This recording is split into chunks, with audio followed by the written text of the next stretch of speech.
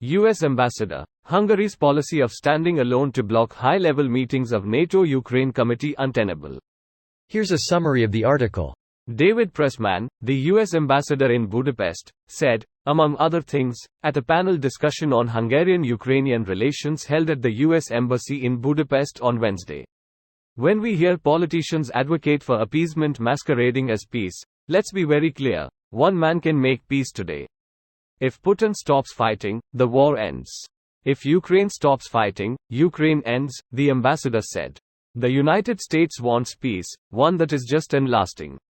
And that is precisely why we are standing shoulder to shoulder with the victims, with Ukraine. The ambassador added. Pressman also said that contrary to what the Hungarian government claims, standing with Ukraine, and encouraging other countries to do the same, is not an effort to drag Hungary into war. There is so much disinformation out there about Ukraine, lots of which comes straight from the Kremlin, portraying it as nothing more than a basket case, as irretrievably corrupt, or as filled with far-right extremists. The reality is that, like many democracies, Ukraine struggles with many issues. But Ukraine is also a vibrant society where a generation of inspiring activists are working to address those challenges, to continue making progress on the path toward Europe, Pressman said.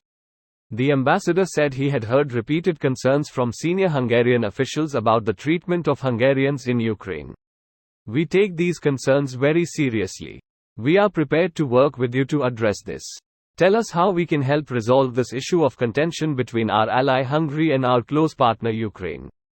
If this is a serious issue, we should address it seriously and make an effort to solve it.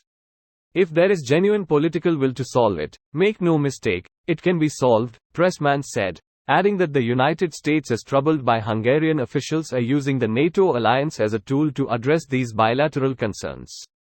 This post received a score of 11,000, with an upvote ratio of 96%. Here are the top comments in response to this article. Translation. Shape up or get ready to ship out.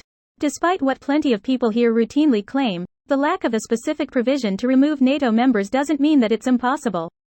Rather, there is an existing bit of international law which covers treaty members in material breach of their obligations, which Hungary certainly is. Personally, I hope that we ship Hungary out. There's no upside to maintaining this facade with dictator-for-life Orbán and his cronies. While NATO treaties are missing any provisions to boot a member. The way international treaties work, as long as all the other members just agree that Hungary is no longer a member and they're okay with that, that's going to be it. Hungary certainly keeps overplaying its hand. I'm sure their tune will change if the rest get the foot in the door. They don't want to kick anyone out of NATO because it is a publicly visible loss for NATO.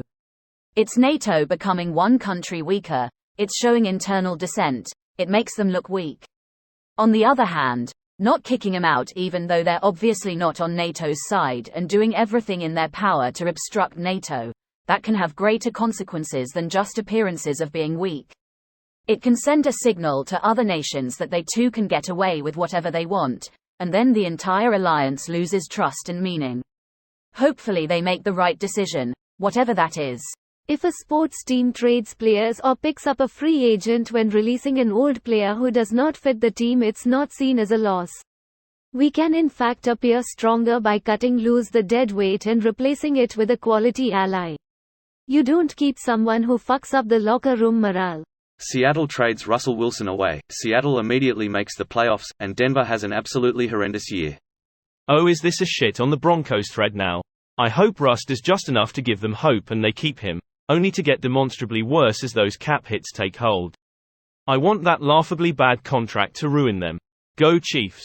As a Seahawks fan, there was absolutely nothing better than seeing Patrick Starr absolutely roast Russ on Christmas. It was so cathartic to see Russ pulling the same shit in Denver that he was doing in Seattle the last few years, really vindicated Pete Carroll.